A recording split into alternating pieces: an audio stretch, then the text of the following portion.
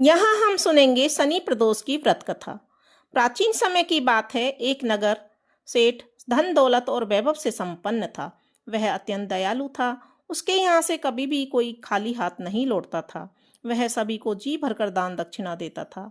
लेकिन दूसरों को सुखी देखने वाले सेठ और उसकी पत्नी खुद काफी दुखी थे। दुख का कारण था कि उनके कोई संतान का न होना।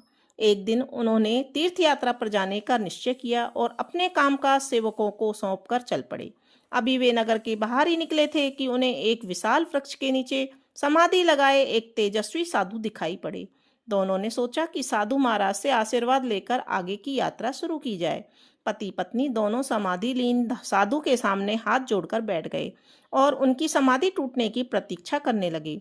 सुबह से शाम और फिर रात हो गई, लेकिन साधु की समाधि नहीं टूटी। मगर सेठ पति पत्नी धैर्यपूर्वक हाथ जोड़कर बैठे रहे। अंततः अगले दिन प्रातःकाल साधु समाधि से उठे।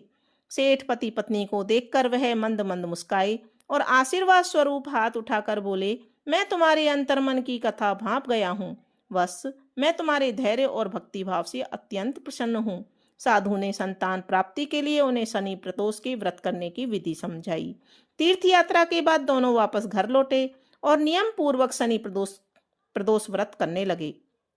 कालांतर में सेठ की पत्नी ने एक सुंदर पुत्र को जन्म दिया। शनि प्रदोष व्रत के प्रभाव से उनके यहाँ का छाया हुआ अंधकार भी लुप्त हो गया और दोनों आनंद पूर्वक रहने लगे।